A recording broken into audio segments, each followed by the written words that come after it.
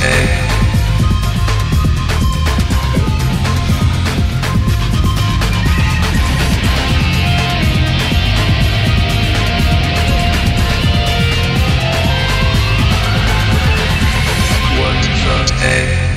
everybody, and welcome to What the Tech. I'm Andrew Zarian, and this is the last show of 2013. Of course, I'm joined by my co-host Paul Thurrott, as I am each and every week. How you doing, Paul? Good evening. Actually, I guess it's good afternoon. Good afternoon to you, too. Happy New Year. Well, in a couple hours. Yeah. We were talking right before we started. You don't really do anything big on New Year's, right? You're not going to a party? Go out, but yeah, we do our own thing at home. No clubbing for you? No, no, there's no clubbing. Not going to some lounge and... No. I do not like doing any of those things. My wife, on the other hand, loves a good party. She wants to do something every year, and we end up doing nothing. And every year we have the worst New Year's ever because we go to like a friend's house that we really don't like. Yep. And then we have like the worst year ever. This year we're actually going to people that we do like, but I don't want to do anything, really. Sure. I'm getting ready to go to Mexico. I'm going to Cancun in 2 days. I'm going on the 2nd. So I'm in... I forgot it was that soon. I'm done. I shut off. This is the last thing I'm doing for the rest of the year. Yeah. Well, that's probably true. That's true for me, too, because the year's over in a few hours. But... And I want to thank our audience. Before we do anything, I want to thank the people that tune in every week. It's astonishing how many people listen to the podcast and how many people tune in live every week. And I just want to thank them for all their support throughout the year, because it's actually mind-blowing that people actually care what I have to say and what you have to say.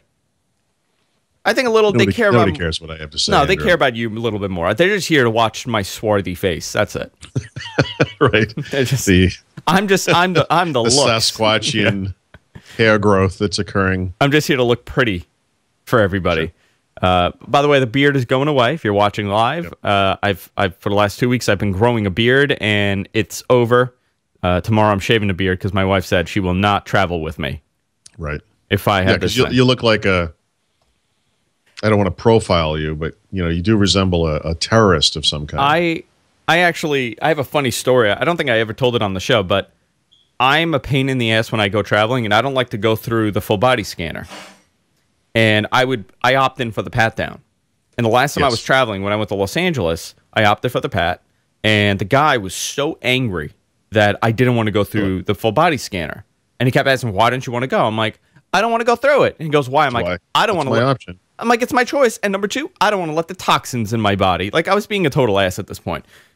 Right. He's like, "I don't have time for this. You're wasting my time. Just give me your wallet." You do have time for this. It's your job. Okay. So he goes, "You're wasting my time. Just give me your wallet." And I go, "Okay." So I don't know if they've ever done this to you. They take your wallet and then they bend it. Have you ever? Yeah. They take the wallet and they do this weird... I don't even have my wallet on me. So they take the wallet and they bend it and they hand it back to you. As he's handing the wallet back to me, should I tell the story on the show? Okay, you know what? This may have not happened. I may be making this up, Paul.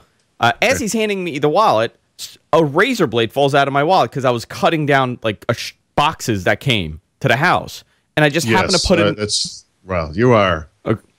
You are a savvy flyer. Do you know what the guy did? I just have this handbag full of box cutters. Is that going to be a problem? But do you know what his reaction was? He looked at me, I picked it up, I put it back in my wallet, and I just went on the plane. Wow. They did not care. On the way back, I definitely left it where I was, but great job, TSA.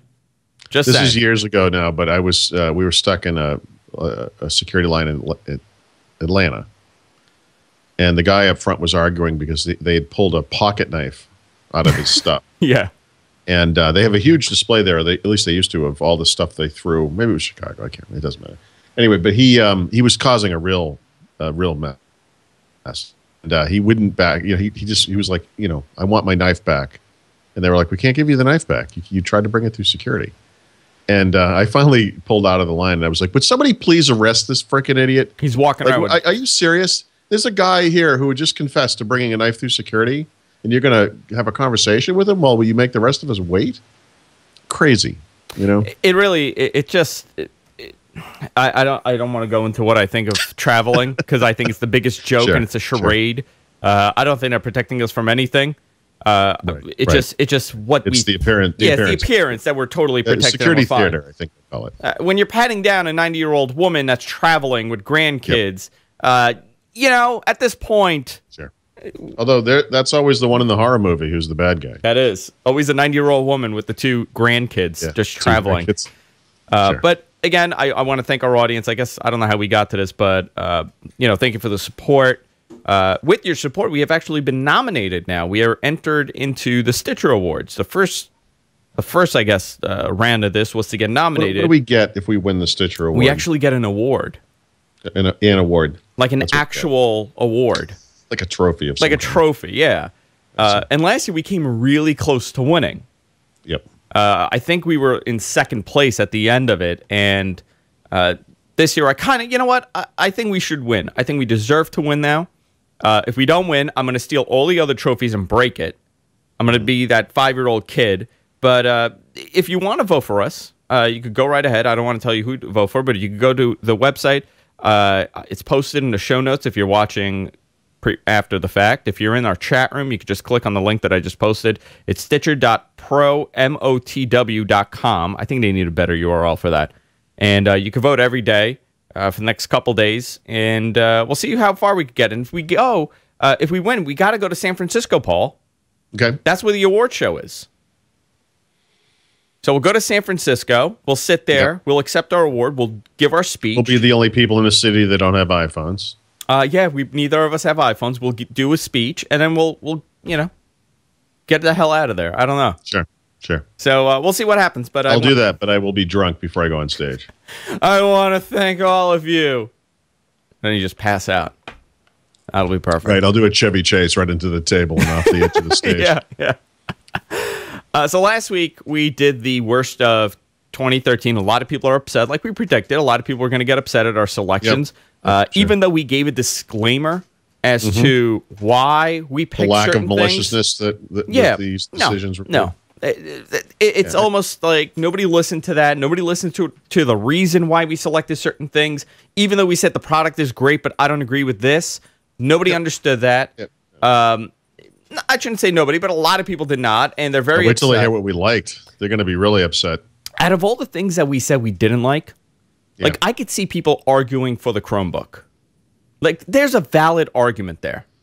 I think there really is. I'm gonna agree with that. I think the Chromebook is more promise than reality. I think a lot of people like the idea of the Chromebook. And by the way, I'm one of those people. And people sort of, it's like, I've been critical of the Chromebook. So it's like, oh, you hate the Chromebook, you hate Google, you hate whatever. And it's like, no, it's not about hate. It's about, looking at things objectively and trying to figure out whether this is a solution that makes sense for people that, is the right thing. And, someday, maybe, absolutely. And I think that day is soon. I think 2014. I think 2014, if they continue developing it the way that they've been doing it, I think it's going to be a very positive year for them. So I can understand the Chromebook. I can understand people being upset at that. What I don't understand is the fact that people are really upset that we say we don't like the price point for the iPhone 5C. And that it's just a Apple wonderfully is defensible position to take. They're justifying Apple, and they're also when they justify what Apple's doing with the price point, they're also justifying the entire mobile market that they are able to rip us off. They're able to have these bloated, inflated price points for these devices that don't deserve to be at where they are. $600 for this phone, or $549, whatever it is not a justifiable price point for this device. Yeah. And the argument that I have is that the iPod Touch is $299. I understand it's going to cost a little bit more to put the radio in there. I understand there's fees and patents that they have to pay. But are you telling me that they're paying $200 extra? No. They're not. Right. They're not. Yeah, you're right. So, like I said, very defensible, but whatever. The iPhone 5C disappoints on two levels. I mean, one is just the general level, like you said, about the rip-off that is subsidized phones in this country, and particularly in the United States. I can't speak for the rest of the world, but here, certainly. And the other one is just this notion that, Apple was rumored to be coming out with two devices. And when you kind of wrap your head around this notion that instead of selling you a phone that is 1 year old or 2 years old or 3 years old, which they've done, they're actually going to come out with a lower cost new phone too. And you think here we go. That's a great idea. That's something I can wrap my head around because I've criticized them in the past for this strategy of selling old products. And then it comes out and it's like, nope. I would have been okay with the iPhone 5C if it was only inexpensive in certain countries, like China, where that would have made like a strategic sense. No, Paul. Everybody else is in the business of losing money. Google is nothing like Apple. They're in the business of losing money. Apple's in the business of making money. Right, but Apple's margins are unheard of, right? Apple has so much wiggle room on its margins that it could literally have the cost of this to consumers and would not. Also, the cost that we think Apple is paying, like, when they had the reports just saying, like, well, the parts are costing $120 for Apple to put together. That's also a consumer price point. That's what we would pay. Apple's paying nowhere near $180 or whatever the price is per each phone. By the way, because of the way that Apple develops products, the other thing that doesn't get factored into a product like the iPhone 5 almost at all. Well, okay, actually, what I just said is not fair. A big part of the componentry of the iPhone 5 is stuff that Apple paid for the R&D a long time ago because it dates back to the iPhone 5, the iPhone 4S, the iPhone 4. I mean, a lot of the stuff that went into this thing is either the same or is an evolved version of that stuff. It's not something that was new and unique to the iPhone 5. Obviously, the plastic casing is new and unique, and so there's going to be an R&D cost to that. So it's not completely true, but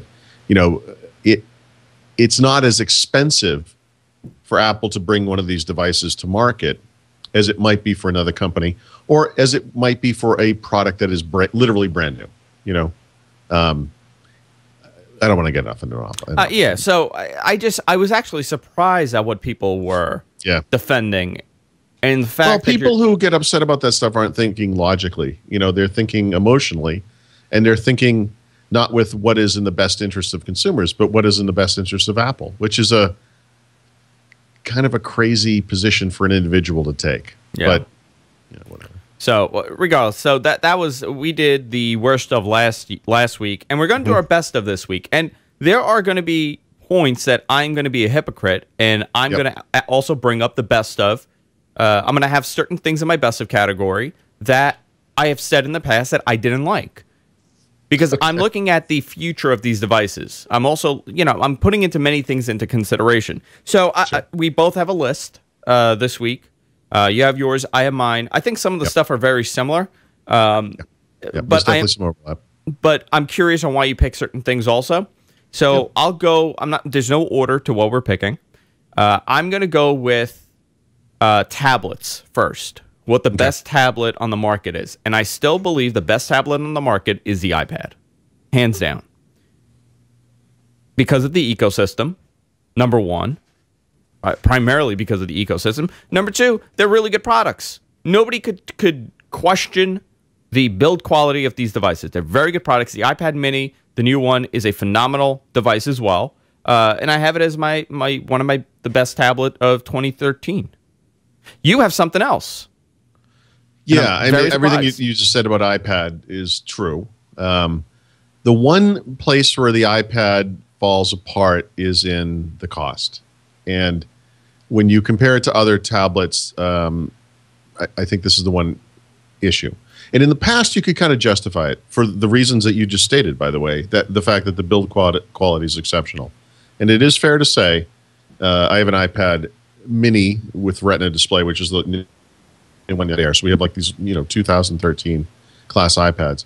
You could compare them from a build quality perspective to any other device, and there's a difference. You definitely, you're paying for it, and you could make that argument. And the other one was the ecosystem, which is absolutely still the case, although the Android app market surpassed that of Apple this year, and I think the quality of Android and of the Android app market, the Play Store, has gone up dramatically this year. Absolutely right. And so when I think about like the best, when I say, I want to be clear too. I mean, in the same way that I had a caveat last week, when I say best, best phone, best tablet, best whatever, I don't literally mean like the best without any qualifiers. This is an opinion piece. This is what we like. We like the most. No. Actually, no. I should say not necessarily. By the way, although actually I do like all this stuff. I mean, I'm trying to recommend this for people generally, right? And that encompasses a lot of different things. And so I agree with what you said about the iPad, but I don't feel that it's the best value. And I think that when you look at something like my choice for best tablet would be the Google Nexus 7. I wish they had released a 10-inch version this year, a new 10-inch version. I'm surprised that they didn't, actually. I know, me too. I really like the Nexus 7. I feel like Android has made significant leaps this year, both in the quality of the operating system itself and in the apps that run on it, and that the differences between that ecosystem and that operating system and iOS have shrunk and shrunk and shrunk. And now we're at the point where the significant cost savings of a Nexus 7, which starts at $229, versus what does the Retina start at? $400 probably? For the Mini? Yeah. Yeah. $400. $400, right? Yeah. So you could almost buy two Nexus 7s for the price of one iPad Mini. And I'm sorry, the iPad Mini is not that much better. And so I actually think the Nexus 7 is the better product as a result. But if I were to make the argument, the iPad Mini is a larger display than the Nexus. Yep. Also, when you look at the tablet market, and yes, I believe that the iPad is $50 more than it should be. I think everybody could agree with that.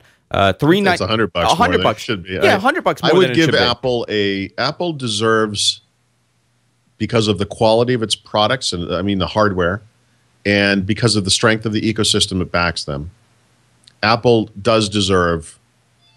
Gee, I just turned off the ringer. And That's okay. That's all right. It really isn't.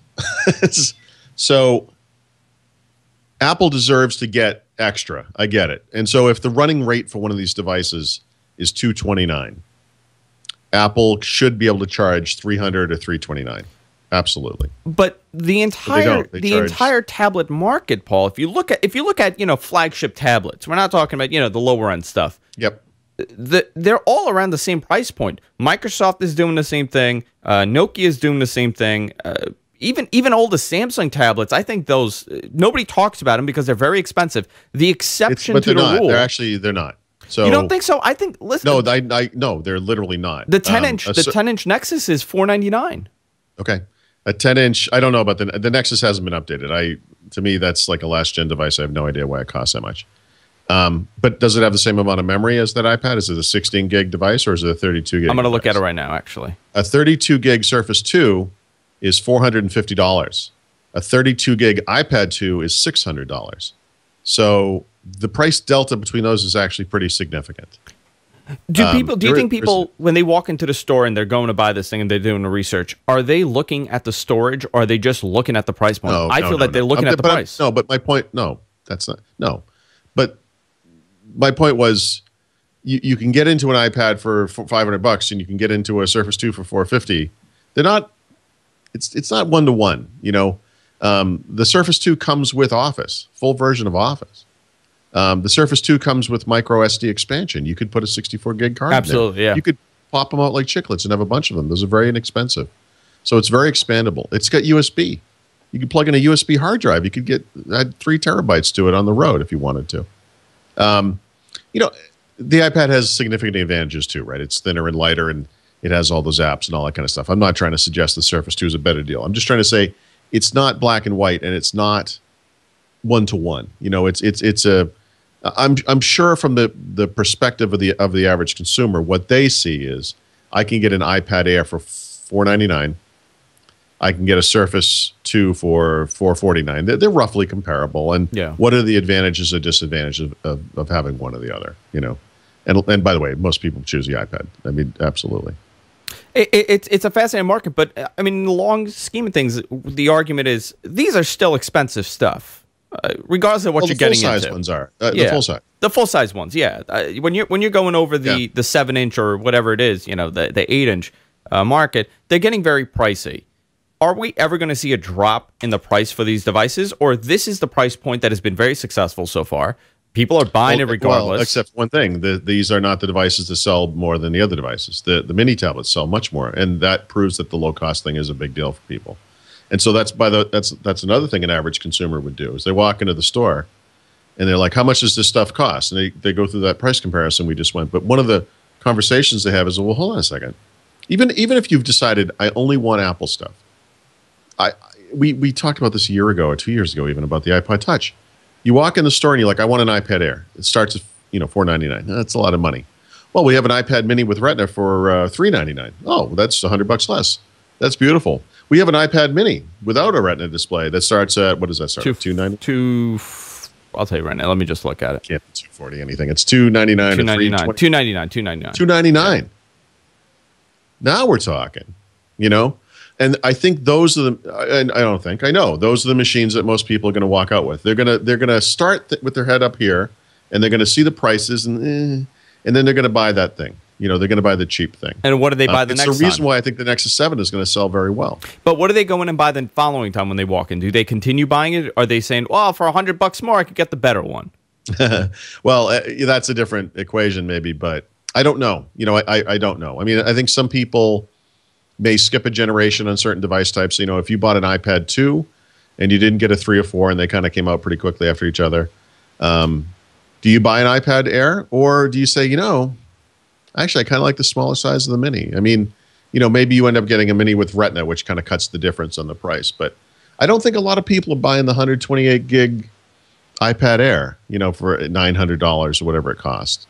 I think a lot of them are tilting toward the low end. And I know for a fact, I mean, it's just a sales figure fact, that most tablets sold now are, in fact, the smaller tablets, not the full-size tablets. What amazes me is that even at the $500 price point that we're in, the consumer has been conditioned to go in and buy one every 2 years.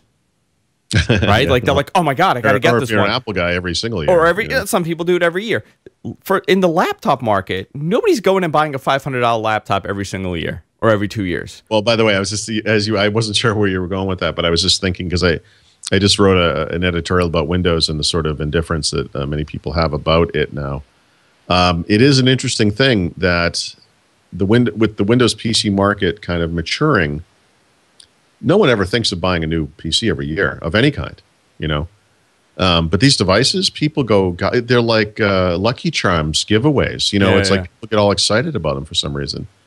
There isn't that much of a difference, frankly, between these devices and the ones they're replacing. There just isn't. I mean, is it the marketing? I mean, it's just that it's easier to market a tablet to people than it is a laptop that's branded the HP Duo 5393. That's marketing. I think it really comes down to that. It's definitely part of it. I think the other part of it, though, is that this stuff's maturing very quickly, though, too. Tablets haven't been around that long. We're only now, coming up on 8 years? Or I can't do simple math. 2009? Whatever it was I'm thinking of the phone. Smart, like the iPhone. 2007. Smartphones, 2007, 7 years. Well, I mean, to me, the first official smartphone was Windows Mobile, so. No, but I would say modern smartphones, touch-based, it's iPhone, obviously. Yeah. So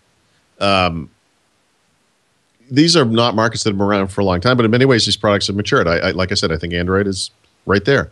I think iOS is kind of stagnated for a while, and they kind of caught up with iOS 7 a little bit, and Windows Phone is obviously there. And these things are all kind of, they're kind of interchangeable. I do agree with you that the Nexus 7 is a phenomenal tablet. I think it's a great, if you don't have a tablet or if you don't have an Android device, you really should, if you're looking to play around with it, this is the device to get, because you are getting a pure not Android experience, Google experience with the phone.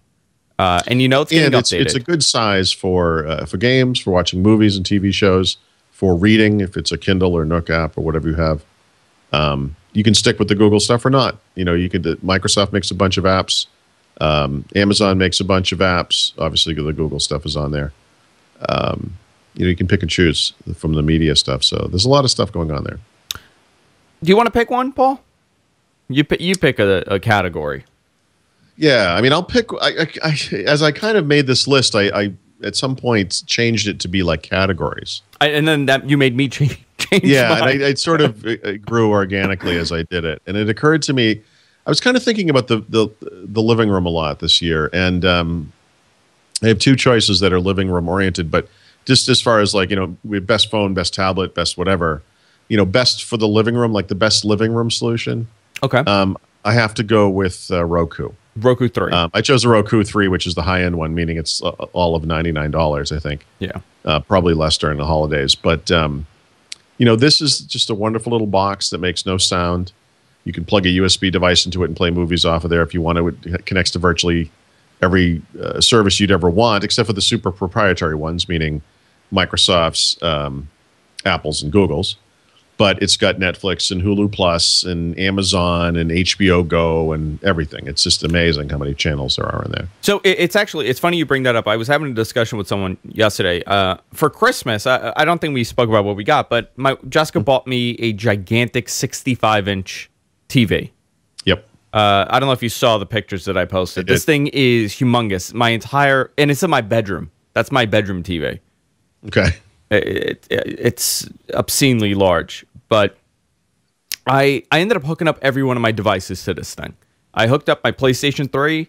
I didn't do the Xbox because my Xbox is older and it's the original Xbox, so I didn't hook that one up. Xbox 360, I should say, not original. So I hooked up the PS3, the Nintendo Wii U, Roku, Google TV, and what was the other thing I did? I think that was it. Those 4 devices. At the picture quality out of all of them, the worst picture quality for Netflix was for Netflix streaming, and the router is literally right there. Was the PlayStation 3? It was awful. Okay. I mean, it would not go to HD. It was unwatchable. The second worst was the other ones were pretty much tied, but the one that was the best. And instantly, everything was in Super HD. Nintendo Wii U. Really? Astonishing. But Roku took a while to kind of shake hands with, the speed and everything. But the Wii U was the best, and I was so surprised at that. Google TV and Roku, everything else was about the same. I'm curious how you even thought to test this. Like, it seems like, for me to even have thought of testing the picture quality, I would have needed to have had a really bad experience on one of them. And then thought, okay. Well, that's exactly what happened. I hooked up the PlayStation 3, and it was on. My wife wanted to watch something, and I'm like, okay, let me just watch it on PlayStation 3. And it was it looked totally awful. It was really bad. It wasn't going HD at all. And when it would go HD, it would go 720, and that was it. Right. The other ones were instantly going to 1080. But so there is a difference in the UI of the interface, right? Like I think the PlayStation 4 was the first one that got it, and now it's on. PS3 has a much nicer interface than all the other platforms. Everybody else is pretty much standard. Well, no, but they're changing them. I don't know. Well, or they are in the process. I mean, the one on the Xbox One is unique, but the one on the PS4 and now the Roku, they updated it, is the new one, and I like that UI a lot. Yeah. No, it's really nice. Yeah, it's a good one. So your pick is the Roku 3. I would say in the living room, I also agreed Roku is a phenomenal device for anybody that wants to, stream in the living room. But is it necessary at this point? Like, we talk about Apple TV and we talk about Roku and we talk about Google TV. If you have one of them, should you go and buy another one? Are there any advantages to... There's none, right? Nope. I mean, if one streams, the other one streams, it's all the same. No, you know what it is? Any one of these things, to me, like the high-value services are like Netflix, Hulu Plus, stuff like that. Anything, like Google TV even, right? Apple TV, Roku, will allow you to do what I think is probably depending on your use, is either going to be the number 1 or number 2 usage, which is renting a movie, right? If you have a Roku, you rent a movie on Amazon. Because it doesn't matter who you rent it from. You're not buying it. You're just going to watch it, so who cares? It could be anything. If you have an Apple TV, you'll rent it from Apple, of course. If you have a Google TV, you'll rent it from Google. That's fine. I mean, that is going to be the same. If you're an Apple guy and you have Apple stuff, I mean, don't get a Roku, get an Apple TV, because it has the Apple stuff you want. Your content's all going to be there, and it has Netflix. I think it has HBO Go as well. I don't really use it anymore, but it has a bunch of that stuff. But the Roku line is, I think the reason I pick it is just from a general use case, and they have a range of devices, really simple remotes. You can even play games on these things. I don't necessarily recommend it, but you can. This is it's such a great little box, and it has a USB port on the side, right? And so one of the things by the way, speaking of Christmas, so I did the same thing this year as I did last year. I bought the most recent season of Downton Abbey, which debuted in England over the fall. I bought it from Amazon Co. UK, from the British version of Amazon. I ripped them off the DVD and we played them through Roku. I put them on a USB stick.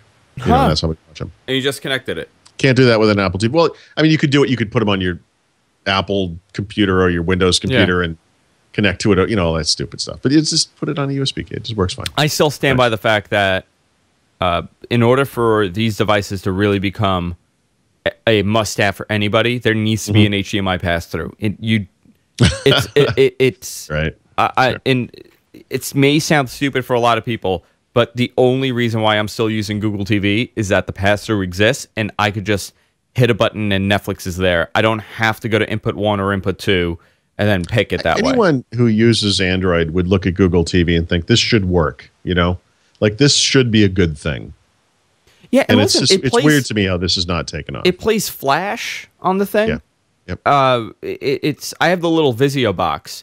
It's a piece of junk, but it's the better one out of all of them. And obviously, we've spoken about this a ton of times. Google does not develop. When they decide something is dead, they just stop it and they start over again. I know. It's so weird, which is bizarre. I'm hoping this year with 2014 we see a real box that they're going to put out. I think they're going to do that Nexus line for the set-top box, but they haven't. I had expected by this time every TV made would just have Android on it. It's amazing to me how this has not happened. Well, it's free. What was the quote? I think it was during the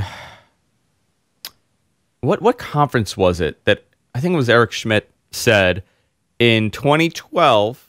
Yeah, I'm at 90% of every television that's on the market will have Google TV. It was, and I'm being well, yeah, and based on how Android was picked up on devices, that made sense.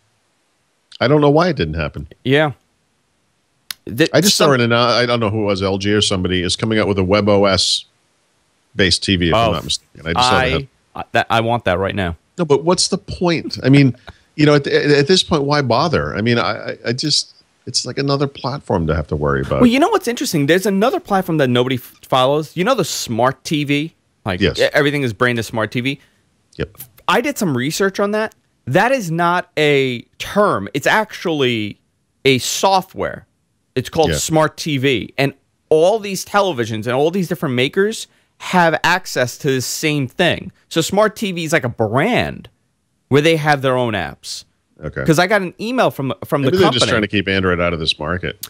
It could be. I mean, I got an email and they said, "Hey, we work with Smart TV, and we would like to develop an application for you to put on the Smart TV platform." And I thought Smart TV was just a term, like a Samsung thing, a Samsung thing. It's not. It's actually everybody's using the same API and putting the same software on their television. So they're competing, and you know what? They're probably kicking everybody's butt because they're on every TV. When you look at it, it says Smart TV right on the side. Yeah, you do kind of see them around, Yeah. So you had the Roku. I also agree the Roku's great. And I'm going to dive right into what I think will be the future for television in the living room or internet access streaming in the living room. And that's going to be the Xbox One. And I think both of us have it under the best console. Right. Not only have best console, by the way, because new consoles came out, right? 2 years ago or last year, I wouldn't have even thought of this. I mean, because it's just notable that the two big players now both came out with very similar machines, and they're worth comparing.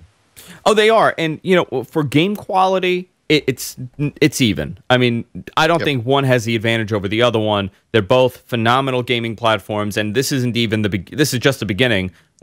In the next couple of years, for anyone to claim otherwise is ridiculous. Yeah. I get Consumer Reports, which I really like and trust and all that kind of stuff. And in their most recent issue, they have this little blurb about the new video game machines. And I swear it's like they're parroting the kind of conventional wisdom about these consoles. And it goes like this. If you're a dedicated video gamer, just get the PS4. But if you like to do other things, the Xbox One is good too. And it's like, guys, no, I actually disagree with that completely. If you are a dedicated video gamer, you're also really opinionated, and you fall down on one side of the fence or the other. It doesn't matter which one it is. There are guys who just like the Xbox for whatever reason. There are guys who like PlayStation for either reason. They're going to pick that one. You can't make a general statement that dedicated video gamers should only get the PS4. But why? Why should they buy that? Why should they get the PS4? Because if they're a dedicated gamer, I don't understand that. It makes no sense. It's like a baloney statement that everyone kind of makes. Someone said it and everybody followed it. Everyone up their heads like it makes sense, and then we move along to the next thing. The only thing I point out about the PS4 is that it does cost $100 less, and yeah, that's fair. It's fair to say. But I think the one thing. But Paul, there are people that have been dedicated PlayStation users. They had a PS1, they had a PS2, then they had a PS3, and that's what they've bought. If you're in that ecosystem and you're comfortable in the PlayStation ecosystem, you don't then care use what I it. think. Why does it matter? You're going to get a PS4. It's fine. There's nothing wrong with it. It's a great system. It's fine. I have no reason. Listen, for me, and by the way, as of today, they're the same. It's exactly Call of Duty the same. works the same on both. Assassin's Creed, whatever it's called, the pirate one works the same on both. There are a couple of games that are unique to each platform that's going to grow over time, and that's where I actually think the Xbox One's going to take a huge lead. But to claim that the PS4 is the obvious choice for dedicated gamers is ludicrous and is a wonderful success on Sony's part of pure marketing. Yeah, it has nothing to do with. They've done a great job at that. It's $100 less expensive.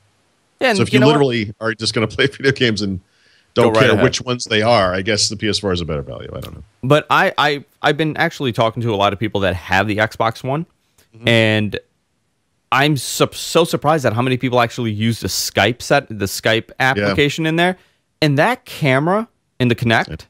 Holy cow! It is phenomenal.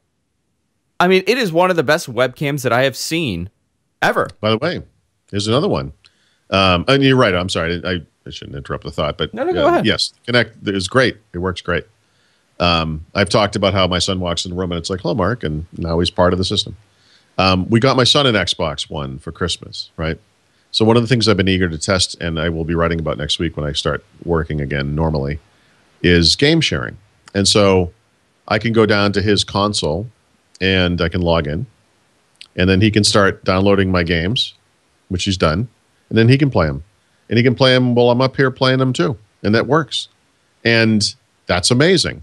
Because in the past, when a new game came out that we both wanted, Gears of War, Call of Duty, Halo, whatever it was, we bought 2 copies of it. And unless I'm missing something, I don't think we need to do that anymore. That's actually great.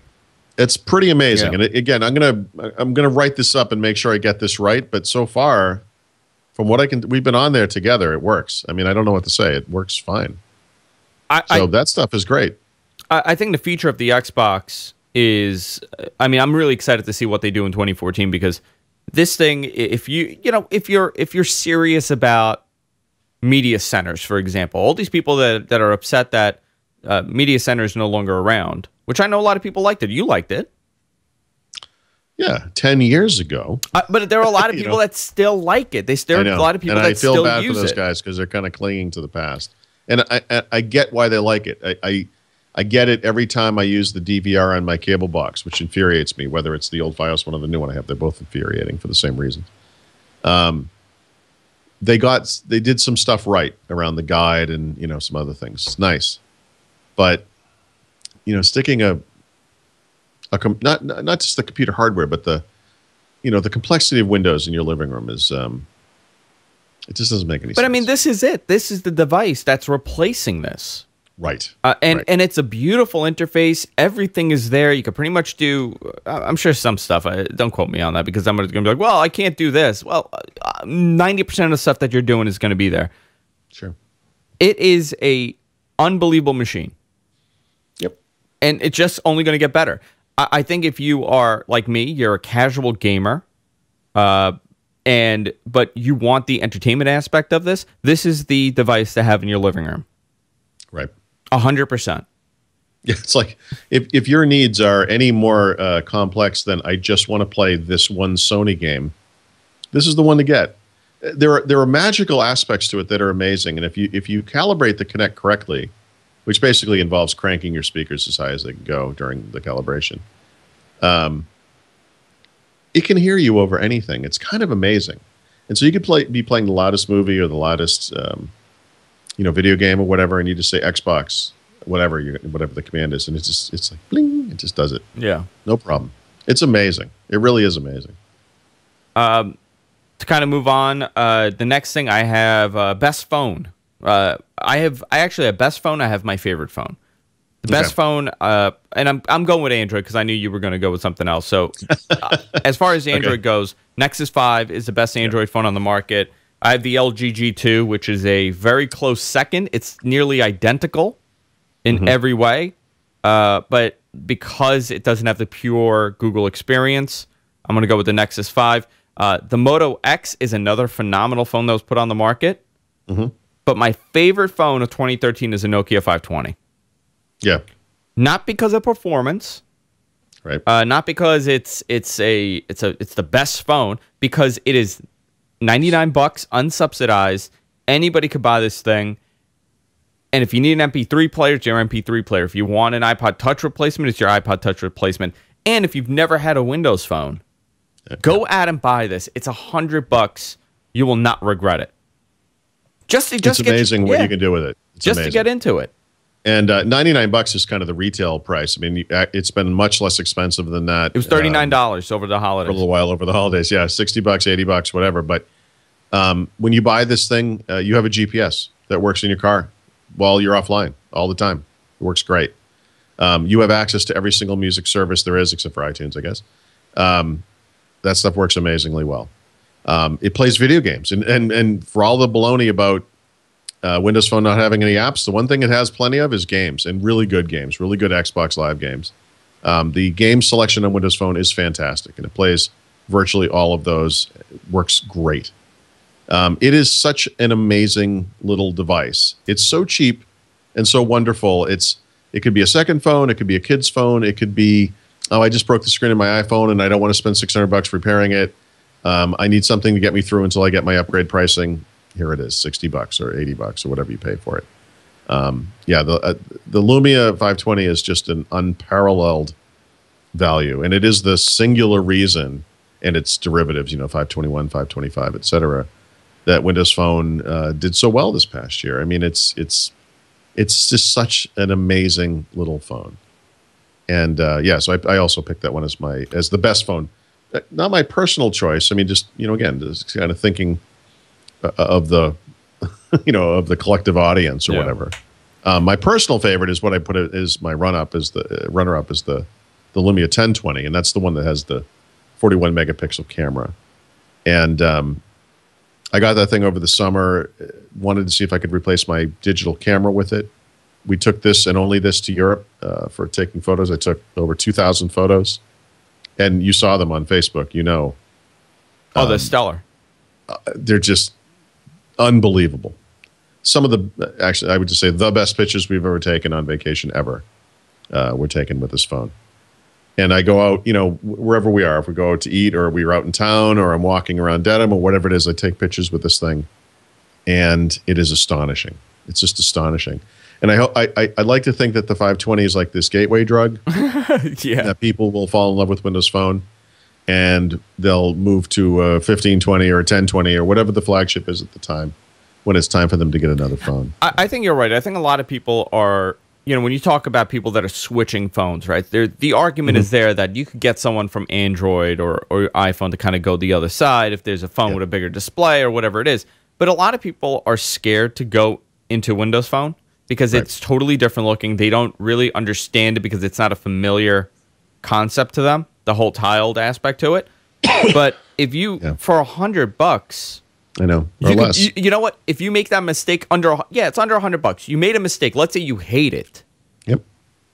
You're not as a committed. media player. Just as a media player. You're not committed. It's fantastic. It has micro SD expansion, right? Something you can't get in the Nexus 5 or the iPhone of any kind. And that's amazing. It has, you can't really get them in this country for some reason, although I did order them, I think from Expansis or some overseas place, but you can pop off the cover and put different color cases on it. It's just such a versatile little device. I'm amazed by it. I would say on the Google side, The Nexus 5 is a great value for what it is. It's $350 to start. It's a great phone. It's definitely my favorite Android phone, and maybe the one Android phone I've ever used that I really, really like. Which one? Nexus 5? The Nexus 5. Yeah. I don't have one yet. I will get one. There's a Moto G that's just starting to be sold now. This is also contract free. I want to say it starts at, is it 150? I think. Let's see. Moto for Moto G. G. And this is kind of like the Lumia 520 of the Android world. $99. It's $99. Okay, Yeah. so that is probably a very similar value. Does that one have micro SD expansion though? Trying to see here. Probably 4.5. not. Although it's a Motorola, it might. 4.5-inch display, Android 4.3. Oh, it's actually Best Buy selling it for for $99, but I believe it's $179 retail. Okay. I'm trying to see if you have expansion. Quad So it's core. interesting. I mean, if you're an iPhone user and you're curious about the other side of the fence, you can get Android devices very cheaply, and you can get this Windows Phone device even more cheaply. There's no real way to do that on the iPhone side, I guess, unless you get like an iPod Touch or something. And even those aren't very. I mean, these devices are so much less expensive than an iPod Touch. It's ludicrous. And oh, by the way, they're phones. You know what's really funny? On their website, I'm at Motorola's website, and they're putting all the specs, and they have made it very clear that almost every page says Android 4.3 Jelly Bean with a guaranteed upgrade. They're guaranteeing your update to 4.4. So they're making it very clear, like, listen, buy this. You're going to... you know what? I may pick one of these up because it looks pretty good. You're going to do 720p video recording. It's a 5-megapixel camera. It's not awful. I don't think there's a micro SD. It's comparable to the 520. It's comparable, yeah. It might be a little better, actually. It's a quad-core processor. Yeah, it might be, but yeah, it needs to be for Android, and it's also more expensive. Yeah. This looks like a cool little device. So, yeah, maybe I may pick one of these. I don't have one, so I can't recommend it this year, but I just... if you're interested in this kind of thing, it's something to look at, and it's something I'll be looking at this coming year, definitely. Yeah. Good device. Interesting. Yeah. Let's go to, let me see. Okay. So I want to talk about a laptop that I think, last week, I think you had this in your worst of. I'm going to say it fascinates me, and I had a chance to play around with one, and it is interesting. Now, I don't feel that the I'm talking about the Chromebook, by the way. I don't feel that the Chromebook is a computer replacement right now. But if we're talking about a Fed and we're talking about that price point at $249 to go and buy a well-built laptop, it's interesting to me. Like I'm not saying that this thing is the best thing in the world. I'm not saying that the OS is even a replacement, but I do think it's worth looking at. The Chromebook as far as a portable laptop. What do you think, Paul? Andrew, you ignorant slut. Go ahead.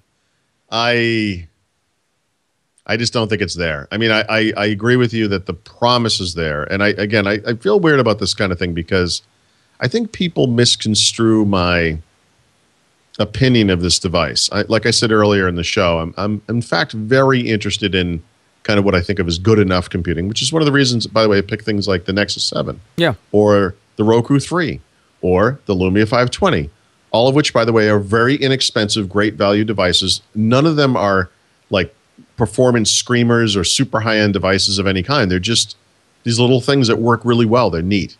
The Chromebook doesn't meet that criteria, not yet, and maybe it will. I do think that the web platform that it runs is maturing greatly, that you can have full-featured apps, games, whatever, run on the web. The offline stuff is getting better and better and all that kind of stuff. I do think it's going to get there. I do. I just don't think right now, not yet. Not yet. What's the future of it? I mean, in 2 years from now, in developing this operating system, where is it going to be? You have to look at like what. Well, so it's all very obvious where they need to go. Pervasive offline support. Yeah. The HP Chromebook 11, which I think is a beautiful little MacBook-looking device. I don't want to misstate it. It has 16 or 32 gigs of storage or something. It's a ridiculous small amount of storage. The reason that's a problem is because it can't be used offline in many situations, right? And so what you want is what I want, I should say. The type of use case that I think of is I'm not always connected to the internet. Sometimes I'm on a plane. Sometimes I'm on a vacation. Sometimes I want to watch a movie when I'm offline, or work on a document when I'm offline, that kind of thing. And that kind of stuff it's a little iffy, and in some cases just is non-existent. And so I honestly, it's like it's a fit and finish kind of a thing, I would say.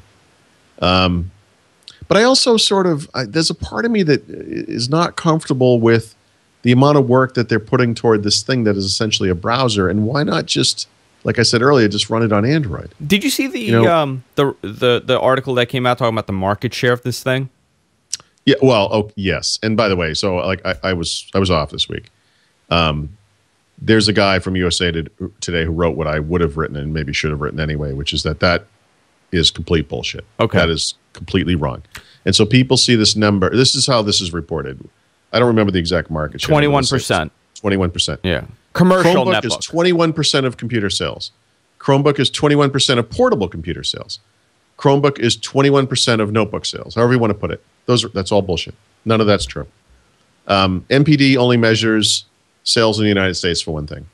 NPD also only measures sales at retail in the United States. Oh, but this particular little study was a part of the channel of retail sales.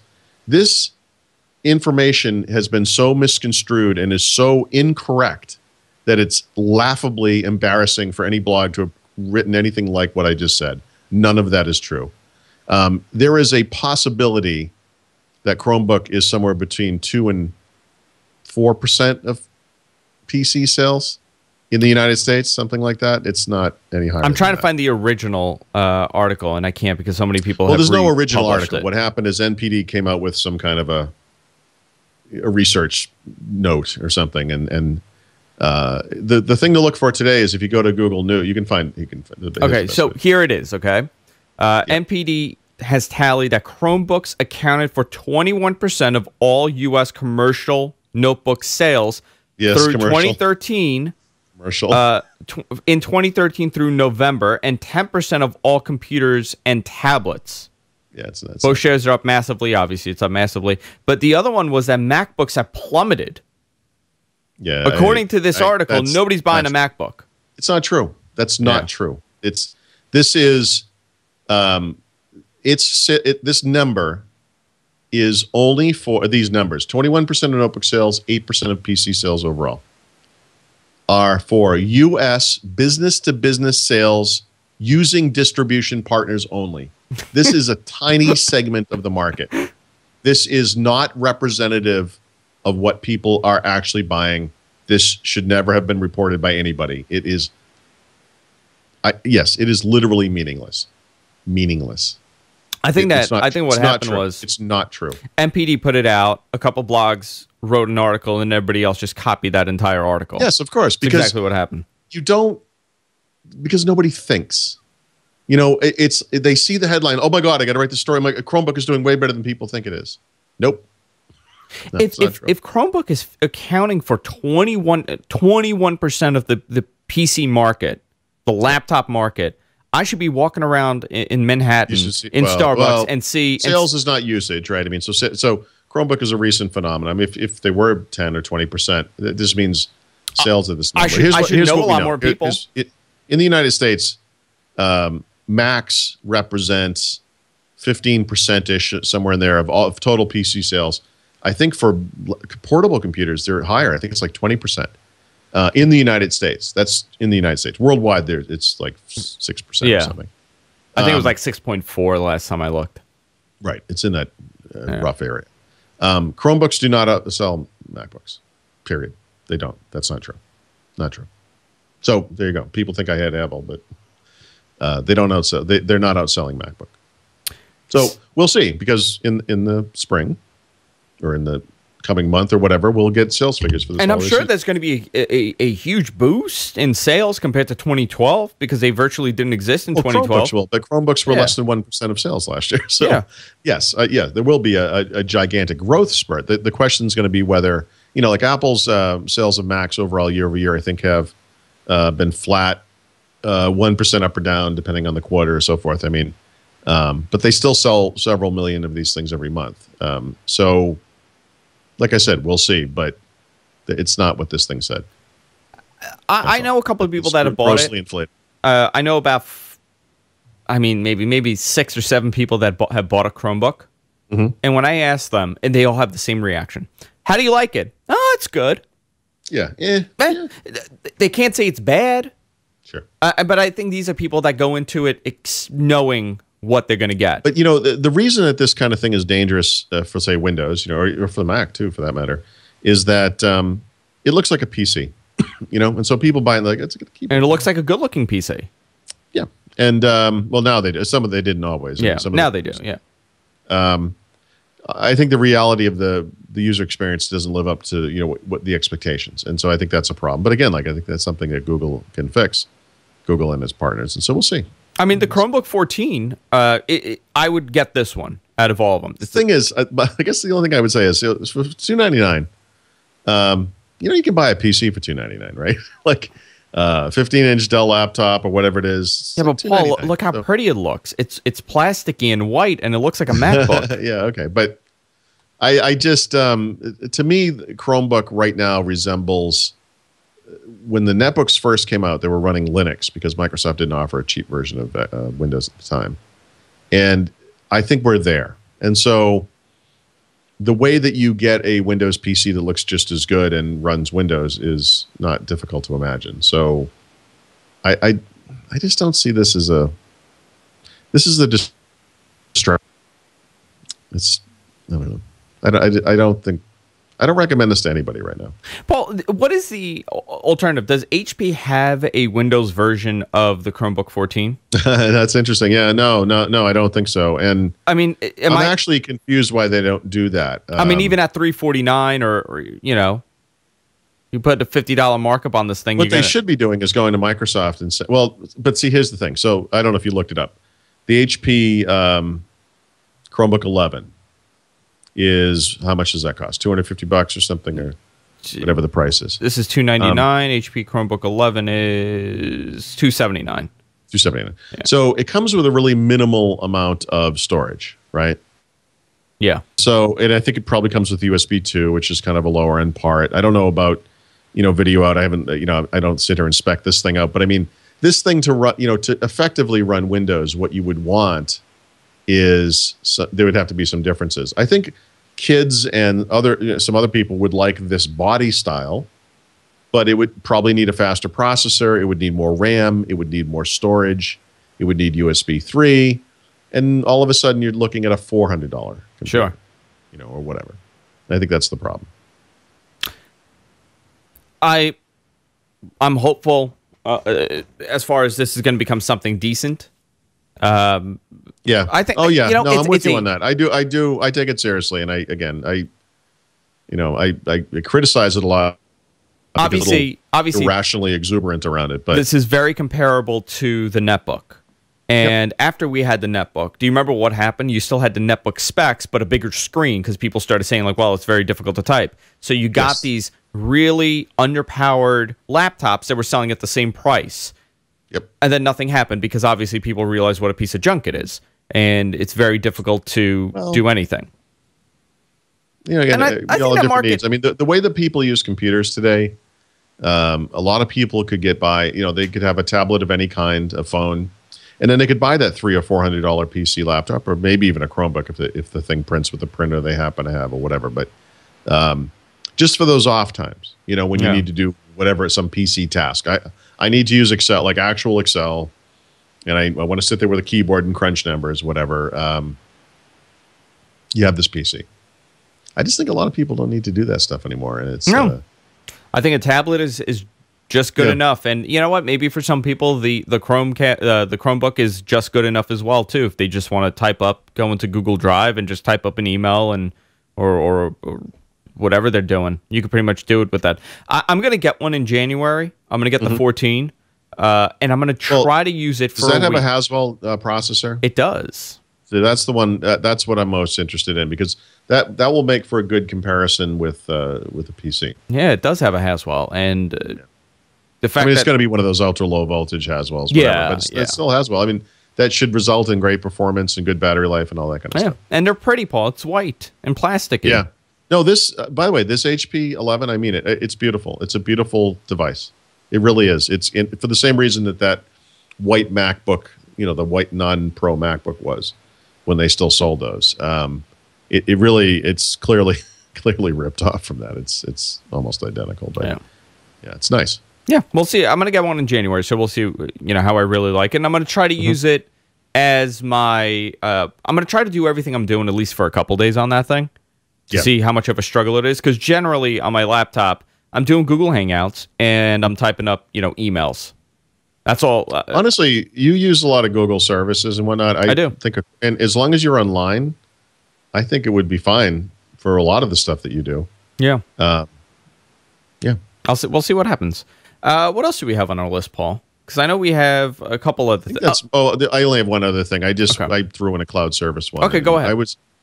Neither one of these are new to 2013, but both have been continually improved throughout the year. And so my finalist, it's kind of an odd choice unless you've been really paying attention to what I write about and everything. But it's Xbox Music, which is still not 100% of the way toward what Microsoft promised about a year ago, but it's like 90% of the way. And it's improved so much and is available on so many different devices. And there's two things that are going to put it over the top. One is the ability to match music that is not in their collection, right? And so if you use iTunes Match or Google All Access, the Google Music, whatever that thing is called, the Match service that they have, or the Amazon one. You pay them roughly $25 a year or whatever it is, and then you can upload your music to the service. That's cool. Microsoft doesn't have that yet, and it's coming, but it's not there yet. And the other one is just full functionality across all of the platforms. And so right now, if you want to download music from the cloud to a device, you need a Windows Phone, you need a Windows tablet or PC. But they have clients on Android and iOS. That download offline capability is coming. They promised this explicitly. It's not something I'm dreaming is going to happen. I mean, they've talked about it a lot. And those things will happen, I'm sure, in the coming months. And if you look at how Xbox Music was about a year ago when people were still kind of pining away for the Zune stuff if you were in the Microsoft space, and you look at it today, night and day. And to me, it's everything like Pandora, Spotify, Rhapsody, iTunes Match, whatever it does combined into one thing. It's just everything. And so over the course of this year, I've really switched over to Xbox Music just exclusively. I love it. And I'm confused why more people don't. I don't have Xbox Music, but I'm going to try it this year. Even without paying for anything, for example. You could go to Xbox Music on the web, music.xbox.com. You could do it from your Mac, sign in with your Microsoft account, start adding music to your collection. You can stream it for free over the internet. There are ads, it's like a radio station. They put in ads like Pandora does for the free one or whatever. They do that. But it's amazing how much you can do without paying a cent, And then you can pay for an Xbox Music Pass subscription, which is allegedly $99 a year, but is always available for less than that. They have gift cards and other ways to do it. If you pay for the whole year in advance, it's basically $8 a month instead of $9.99 a month or whatever. Then you get everything, and I just think it's an amazing service. It's really, really well done. It's on Xbox One. It's on Xbox 360. Every version of Windows. It's on, it's on the web. It's on Android. It's on iOS. It's on Windows Phone. It's everywhere. It's everywhere I want to be. Xbox Music is there, so it's a good one. So before we wrap up, I got a couple more, and I want to go down the list of things that people sent me on Twitter. Yep. And you also had New Year's tech resolutions, which I think is going to be cool. Okay. I have a couple bonuses. One, I get asked all the time about podcasting and live streaming and internet broadcasting. I mean, these are 99% of the time my inbox is filled with questions. And one of the questions I always get is, what is the best service to get started with if you're starting a live internet broadcast or a podcast? And the other one is, where do you go from there? I will recommend, if you are starting out in podcasting, there's only two things that you really need. One is a microphone, and two is Google Hangouts. And the microphone I recommend, I don't know if I have it here. I don't actually. It's the ATR 2100. This microphone is $35. and it sounds phenomenal. It has both USB and XLR inputs, so you could, if you decide to get a mixer, you get a mixer, you plug it in. If you don't have a mixer, you just pop it in USB. It sounds as good as what I'm going to sound like, what Paul's going to sound like, and it's a $35 microphone. It's a phenomenal deal. Or the AT2005, it's the same thing, just black. The other thing that I recommend is Google Hangouts.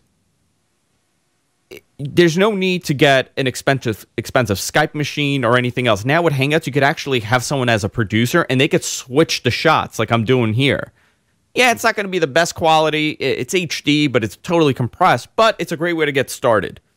Beyond that, Wirecast 5, Wirecast is made by a company called Telestream. They just put out the 5th version of their software, and it is probably the most advanced consumer-level production software out there. That's what we use here to switch everything. So Paul's coming in over there. I could do boxes. I could have lower thirds. I could have everything set up. It's phenomenal. Absolutely phenomenal if anybody's looking to get into podcasting. And you know what? They're really open with the community. They want to work with people. They want to constantly improve. We have 2 machines here. One is doing all our switching. So we have, I think, like programmed in, we have like 100 different inputs programmed into the software. So each show has their own little input. And then we have another machine here, which I've built a Hackintosh, and that is streaming all the services. So we're streaming to 4 different services, all doing HD with this software. I mean, it's unbelievable that you could build a television studio pretty much in your house, pretty much in my living room. That's what I've converted my studio to. Some of the other picks that people had for best of, Aereo, which is a over-the-air software. It's a service that you pay monthly to get over-the-air programming with DVR support. There's been a lot of news about Aereo over the last couple months where they were fighting with the networks, and I believe CBS was threatening to pull, and Fox was threatening to pull their channels and make it into a cable channel if this continued. We're going to see a big change in the way that we get content now, and I think services like Aereo is really breaking the mold where, you know what, you could get access anywhere you want. You don't have to have an antenna. You just get an app, and you pay a monthly fee, and you get it. What else did I have here, Paul? A lot of the suggestions. I'm going down the list here.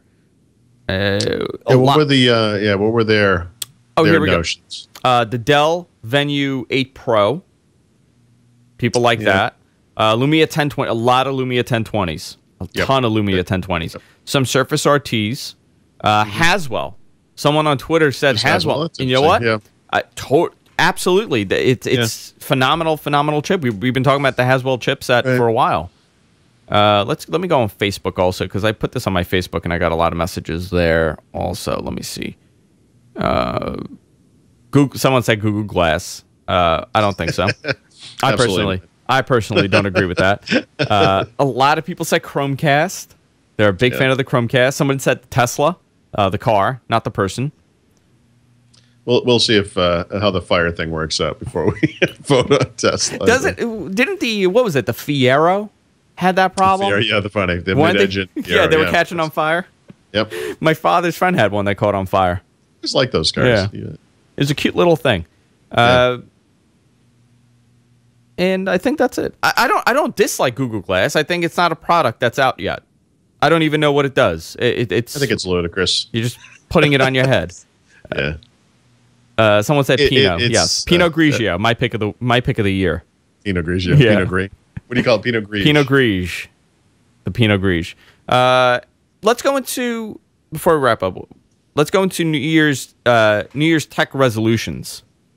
What are yours? Okay. I'm curious on what your... I just have one, and I should say this is one I just wanted to recommend for people, because we all do this New Year's resolution thing, like I'm going to lose weight or, I'm going to be a better person or whatever. But from a technology standpoint, I think the resolution, the first number one, is always going to be just basic security. And it involves using complex passwords and obscuring them through a password aggregator like LastPass, and using two-step authentication so that someone can't just break into your account and access it remotely. They need to also have that second step to go through. And I use... an authenticator application on Windows Phone. They're available. Google makes one for Android. They're available on iOS. Any phone you have, you can get an authenticator app. And not every service, but the big ones. The Microsoft account stuff, which is Outlook.com, Hotmail, etc., SkyDrive, and all that stuff. All the Google stuff. LastPass, Dropbox. I'm forgetting some, but there's a bunch. All offer this two-step authentication thing. A little bit of a pain, like I'll go in some days, like for example, it doesn't happen every single day, but when you put up the notes, I had to log into Google to get into the notes. So I typed in my password, and then it came up with the box for the code. So I look at my phone, and it's a 6-digit code, and I type it in, and then I'm in. But that's what prevents someone else on the other side of the world who somehow got my password from taking that extra step and getting into my account, because I've got two-step authentication. And I think we're gonna see that with credit cards this year. I think that's going to become a big portion, a big change in credit cards. In the wake of this Target thing, I was saying, I had this discussion with my wife. I don't understand why when we make purchases online, we're not using a one-time code. I don't know the details of this because I don't really use Amex all that often, except for work-related expenses, which I don't care about. But Amex, my understanding is that Amex offers this capability. If you're going to make an online payment and you don't know the merchant, maybe, or maybe you're just super safe, they'll generate a fake credit card number for you on the fly. It's only valid for that one transaction, and that way, if someone steals your number and then gives it to someone else, they try to do other things with it, they can never use that code again. And that's if you buy things in Europe, that they have chip and pin cards, or pin and chip, whichever it is, and you have to type in a pin when you make a credit card purchase, which we don't have here. It's crazy. It's kind of a two-step authentication. It's a form of two-step authentication. I do think this is going to become the norm. I think for anything where security is involved, especially since our lives are just kind of online and privacy is such a huge issue, this is just the baseline. And we'll move to a future where we don't have passwords, of course, but we'll have facial recognition like we see with the connector, the thumbprint stuff like we see with the iPhone 5S, whatever. But for now, anyone who's using the same password on multiple sites, which I think everyone does, or doesn't use strong passwords or whatever it is, take the time now to get yourself secure, and it starts with this kind of stuff. I agree with you. I think it's crazy how much information we're putting out there, and one thing that we don't consider is our credit cards, and credit card fraud is becoming a huge problem for many millions of people. We see what happened with Target. I mean, my wife, it happens to her twice a year.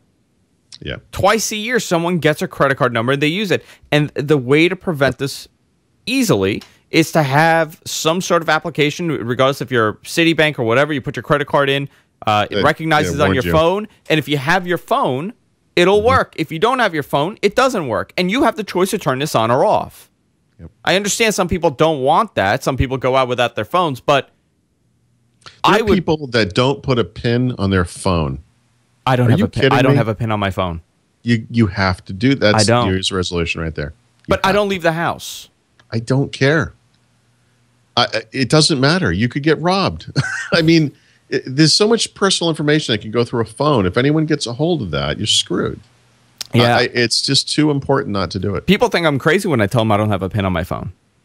People think I'm nuts, but people think you're crazy because you look like you're like the Mountain Man or something. You need, you got to put a PIN on the phone. Yeah, no, I think I'll do it. I'll do it this year. Go to Mexico, man. Do it before you go to Mexico. That was my next question. Before we wrap up, you travel a lot. I rarely travel, especially I don't travel outside of the country. What do I have to know? So here's one thing to do. So I've gone to Europe and have had such things happen to me as I was pickpocketed one time. My iPhone was stolen by a gypsy in Portugal, which was amazing. A credit card was scanned. A bank card was scanned at an ATM in Ireland. We suspect that they have those machines you put on the front of an ATM and you put your card through it. They just got that kind of thing. There's all these things that people don't think of, and I'm not presenting myself as an expert. I'm just presenting myself as someone who has had this stuff happen to, and then that's how you learn. If you're going to Mexico, for example, don't bring your entire wallet. Don't bring every single credit card you own. Take photocopies of those things and give them to your parents or someone you can trust or something like that, so that if you do get ripped off, you have some way to know the number to call for your credit card company to tell them it's been stolen, and you know the number of the card that was stolen so they can cancel it immediately. Because the quicker you do that kind of thing, the better you can be protected against whatever fraud may happen down the road when someone has your card and they try to use it. You want to be able to do this stuff immediately. And so this is some kind of common sense stuff like that. What I've actually done for the trip, I'm not bringing any credit cards. Whatever money I'm going to bring, I've transferred money into my Google Wallet account. Oh. And I'm just going to take my Google and you Wallet. Have that card. And I have the card. So I'm going to take it. And it's a Visa card, so you could use it anywhere. So I'm bringing that. I'm bringing some cash. Yep. I'm not bringing my driver's license. I have the passport ID card. Yeah, I was just, you need a passport at least. I have my passport, and I have the passport ID card. That You're not renting a car. I'm not renting a car, so I don't need a license. I don't need a license. I'm not bringing my wallet. That's another one. Like even your passport, you should have a photocopy of your passport, and you can keep that somewhere else with you. Because again, you go to a foreign country. Mexico's not a huge deal, but foreign country, you get ripped off. You don't have your passport. I'm surprised that it's almost like remember they were talking about the national IDs and people were freaking out over that. It's almost like a national ID. It's a passport card. A passport is literally a national ID. But I mean, it's that's like exactly people are freaking. The people who are complaining about Obamacare, by and large, all have Medicare. It's like, guys, seriously. But it's not a passport. It's only good for Canada, Mexico, and the Caribbean. This card. Yeah, that's all I'm going to take. I'm not going to bring any of my cards. If my Google Wallet gets stolen, guess what? They can't use it. If I lose it, they can't use it. I don't care for that. The next question I have is, what am I going to do with my phone? How do I get internet access on this thing? And I don't care about the phone calls. Well, you need to contact you're on Verizon. Yeah. So off the top of my head, I mean, I usually do international plans of whatever, depending on the length of the trip and so forth. But my understanding, in my memory, which is terrible from last year, is that it's less expensive, I think, for Mexico. But you want to get some very basic, so phone calls are 5 cents a minute instead of 10 cents a minute or whatever it is, that kind of thing. Be able to do text messages because you may be separated from your wife, you don't know. And, you want to be able to get online if you have to. And well, I anticipate I'm going to be online because my phone is always connected, so I have no problem. Right, you don't want to run it, you want to monitor it. I mean, Verizon, I'm not sure, but on AT&T, I have an app where I can every day look at the data usage and gauge it against the amount of time I'm going to be there and know if I'm in the right limits and so forth. It's good to have something like that going too. Yeah. Very cool. So I'm going to do that. But I'm going, so it'll be fun. How long are you going to be there? I'm leaving Thursday at 7 o'clock, and I land in Cancun 11 o'clock their time. So I think it's like a 4-hour flight. Yep. And then I'm coming back Monday night. I'll be back on Monday. So it's like a long weekend kind of thing. It's like a long weekend, but I'll be here for the show. So I'll be here next Tuesday. You could almost get away without data for that time period. I mean, no, come on. No, I'm serious. For a long weekend. Yeah, I need to be connected. They're going to have Wi-Fi at the place. That's the other thing. They have Wi-Fi, but I don't know if they have internet in the room. No, they have to. They have to, right? Am I crazy to think that? Because I'm looking online. I'm looking at. Why? I mean, you're on vacation. Who cares if you have internet? Paul, I end up doing shows from the hotel room. Okay. Like I'm sick. I mean, I'm just thinking it's a long weekend. I mean, Friday, Saturday, Sunday. I think I could go without that. I need to get my emails. I need to see what Brian Monroe is tweeting me. Yeah. I need to see what people are yelling at me. Then you should buy whatever the cheapest international. Yeah. Have. So we'll see what happens. But I want to wish everyone again a happy New Year. It was a great 2013. Paul and I have been talking. I think we said we're going to talk after everything settles down. We're going to be making some changes to the show. We're going to be adding some segments. The phone calls worked out great. We're getting a legitimate call-in system. We were using Blog Talk Radio last time, and there was a slight delay, which drove me nuts. But we're going to be installing a big deal phone system here, so we're going to be doing phone calls a lot more. I think once a month if we do it, it's enough. Rather than it being tech support for, like my Windows phone is not working, I think it should be more of like a question about the topic that we're talking about. We're going to introduce questions to the audience, and then we're going to have you guys call in and talk about it. So that's a big deal. There's a lot happening this year, so we're excited to do it. I know Paul's very excited. I'm surprised Paul is still around after 3 years of doing this with me. I thought if he would have headed for the hills by now. Has it been that long? I think it's been almost 3 years, 2011. Yeah. We're in year 3 of a 1-year plan. Yeah. Well, that's how it works. Also, guys, before we wrap up, we are qualified for the Stitcher Awards. I'm trying to find the link. We have made it to we passed the nomination. You guys nominated us. We are now on the ballot to win a Stitcher award. I believe. Let's see. Let me go to the Stitcher. Oh, why isn't it coming up? Stitch. Am I spelling it wrong? Oh, there we go. Stitcher. Then you could vote till the 13th. January 13th, the ballot closes, but you could vote every day for us. And I encourage you guys, please vote for us every day. I want to win this year. That's all I have in life is this award. Right. You understand? I don't have much. I stare at a wall all day. Literally, I'm staring at a wall and I talk to myself. This is all I have in life. I want to win this award. You could go there. You can vote for us. If we win, I'm going to go out to San Francisco. Maybe Paul's going to come out to San Francisco. We'll accept our award. We're up against a lot of people. No, unfortunately, you have to be a Facebook member to vote. Listen, you can make a bogus Facebook account and vote for us.